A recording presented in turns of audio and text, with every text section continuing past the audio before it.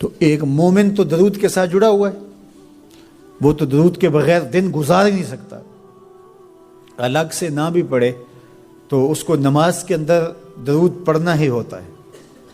درود ابراہیمی تو نماز کا حصہ بنا دیا گیا اور اس کو کثرت کے ساتھ درود پڑھنے کی ترغیب دی گئی۔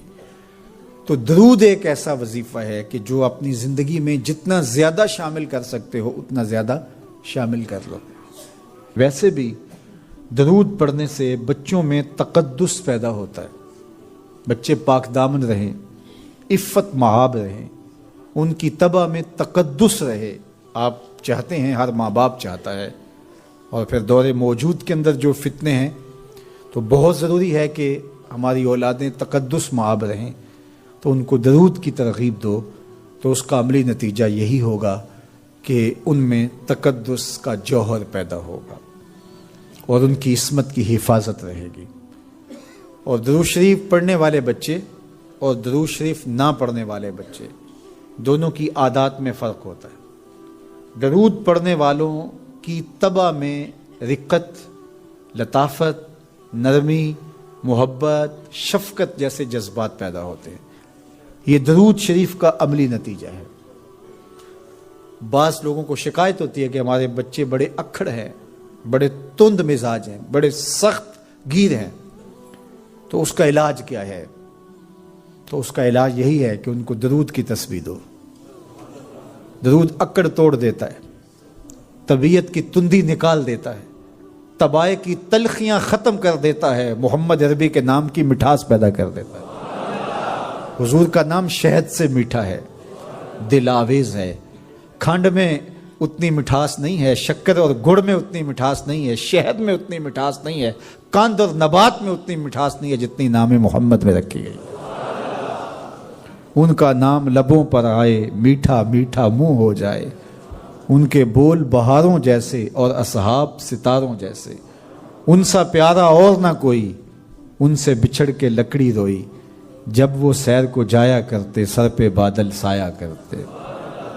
میرے شہر کے ایک پنجابی شاعر ہیں، انہوں نے تو قلم ہی توڑ دیا نا، تینوں سینے دی میں ٹھنڈ آکھاں، اگر آپ کا ذوق ہو تو، تینوں سینے دی میں ٹھنڈ آکھاں، شہد گلاب تے کھنڈ آکھاں، تینوں نبیاں دا میں لاڑا آکھاں، تیرے ہجر دے وچ میں ہاڑا آکھاں۔ تو ان کا نام ہی میٹھا ہے، دل آویز ہے۔ تو درود غصہ ختم کرتا ہے، طبیعت کی تلخی اور تندی مٹا دیتا ہے، اکھڑ پن ختم کرتا ہے۔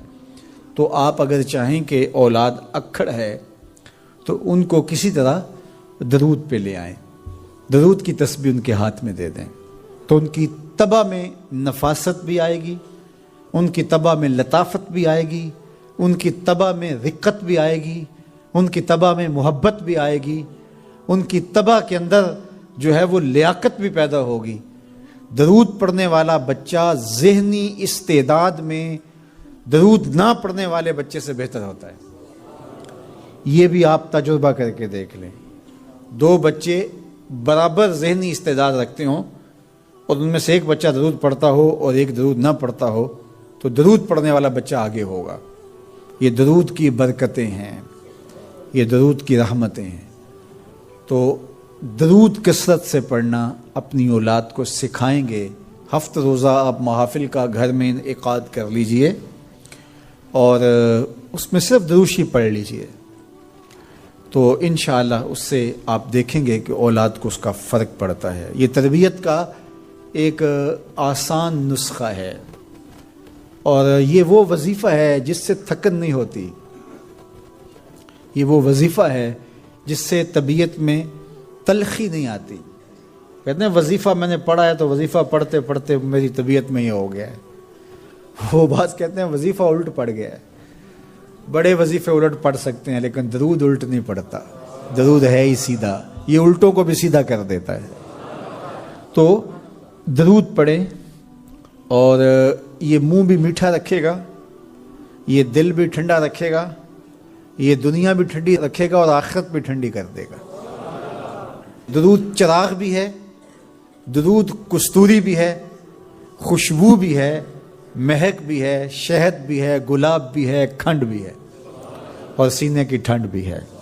تو درود اپنی طبع کے اندر اچھی طرح سے راسخ کر لیں اور اپنی اولادوں کی طبع میں اس کو راسخ کریں۔ اس سے آپ عملاً دیکھیں گے، میں سالوں کی بات نہیں کرتا، اشروں مہینوں کے اندر آپ فرق پڑتا دیکھیں گے۔ میرے اور آپ کے آقا و مولا نے ارشاد فرمایا، قیامت کے دن میرے سب سے قریب وہ ہوگا جو کثرت سے میرے اوپر درود پڑھنے والا ہوگا۔ تو یہ حضور کی قربت کا ضامن ہے درود۔ تو اس لیے اپنی اولاد کو حضور علیہ السلام پر درود پڑھنے کی ترغیب دو۔ بچپن میں ہی اپنے گھر کے اندر مجالس سے درود قائم کرو۔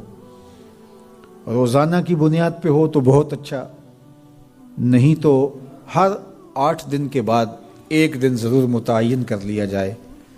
جمعۃ المبارک کے دن کثرت کے ساتھ درود پڑھنے کی ترغیب دی گئی ہے، اور فرمایا اس دن فرشتے حاضر ہوتے ہیں۔